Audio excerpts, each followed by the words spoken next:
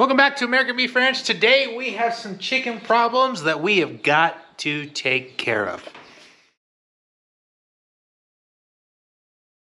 Like I said, we have some chicken things we've got to do today.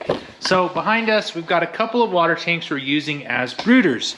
Now typically, like last year, we bought a whole bunch at one time, but because of the way the world's working, chickens are kind of unavailable. So my wife has been camping out at all of the local farm stores like it's Black Friday when the chicken days show up. So my wife has been buying chickens in small batches. You see we got some that are 2 weeks old and we got some that are a few days old. But she went to town today and bought some more. But we've noticed that this water tank is really poor as a brooder. Crazy chicken lady. There she goes. Going to get her eggs. Anyway, this water tank's really poor as a brooder because it's pretty narrow at the bottom. So there's not enough room for a good water tank or a good water and a good feeder. So what we're gonna do is replace that with a much bigger tank, and we're gonna add some more birds to that group because they're only a few days apart. And with the bigger space, they'll be fine. So let's head out here and get this water tank. We're off to get the chicken eggs, the wonder chicken eggs of Oz. Daddy, I'm only one who be careful about chicken eggs. Oh, fine, fine. If you can't tell, my 3-year-old is the boss and full of it, and she lets me know. Wave bye-bye, Blair. Alright. So, Bye-bye. Can I get? yeah, I know. So out here we have a couple of water tanks. We used these to brood last year, and they work pretty well. Water tanks work actually really good as brooders if you don't have a brooder setup, but if you're doing a lot of birds, it doesn't work the best. So earlier, and it looks like it still does, this thing is full of water. Oh, it's not too full of water. I got to get this dumped out and see if we can get it pulled back over to the garage. It doesn't look like much water, but it sure does weigh a lot.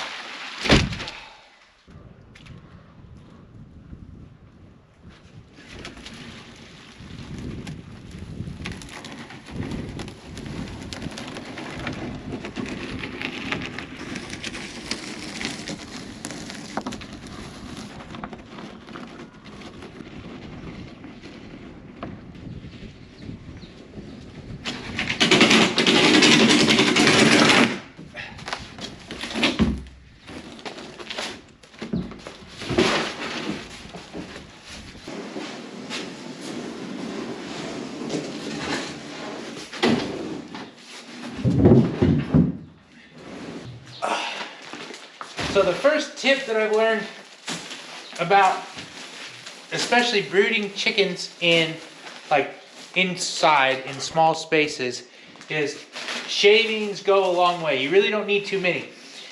It's almost always that shavings get into the water and into the feed containers, and so you don't want to put too many.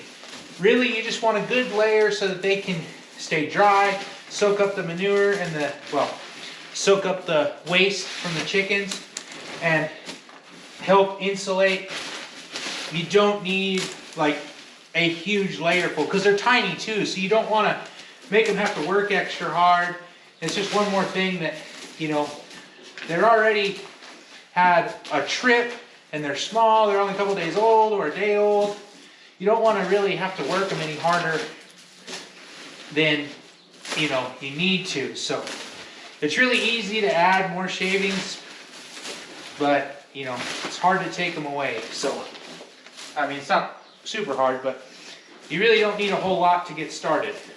I chose this spot also because I'm close to an outlet, so I can use that for my heating lamps.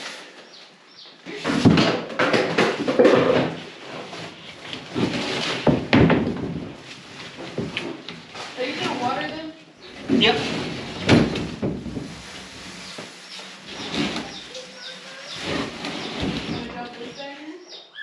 So for the base of my cover, we're just using some OSB. I have a strip from this other tank when I move these ones that we will go ahead and use to cover it up. I'm gonna get at least one heat lamp over here and get it started.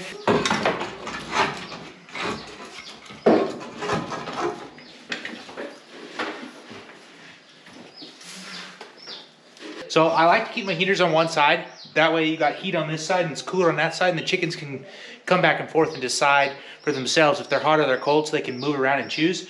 And I usually like to put food and water on opposite ends. So we'll put food on this end and we'll put the water over here on this other end. It's gonna be kind of a pain in the butt just because of where we're at, but we can slide this way and make it a little bit better for us, or worse. So let's go ahead and I'm gonna get their water, get their food, and then we'll start moving chickens and adding birds.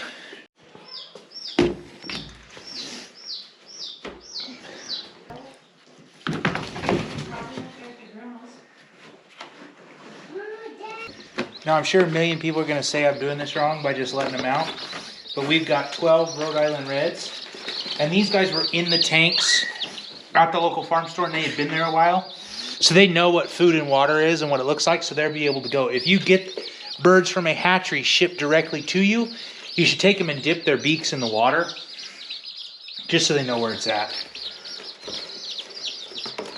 But these guys were pretty active. We picked them out, so we knew what birds we were getting. If you hear my daughter crying in the background, it's because her new puppy is chasing her, and she does not like being jumped on, apparently. But those are the 12 Rhode Island Reds that we picked up today. We're gonna move the 24, what are they? Barred Rock ones over here. Hopefully we have mostly hens, we'll see. But this one's a little shaggy, a little cold. Get them over here in the heat.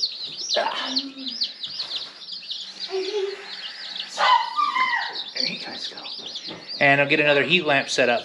I'm not playing. Alright. What are you doing? Alright, and here are the ones. You can see they're about the same size. They're only a couple days difference. The Barred Rock chicks. And we'll let them out into here. So in here total we'll have 36 chicks, this is plenty of space for 36 chicks. Some people say you need a square foot per chick, or a half a square foot. So obviously we're not trying to raise ours in confinement, but it's not gonna be perfect. And you can see these Barred Rock chicks are a lot more peppy. That's what a couple days difference will do. They're much more alive than the Rhode Island Reds, but once the Rhode Island Reds warm up, they'll get running around and moving too. And the Barred Rock chicks will just help them, show them the way.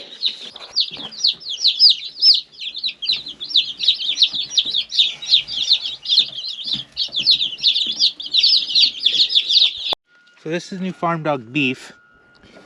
He's supposed to be chocolate lab and golden retriever, but he looks pretty Rottweiler to me.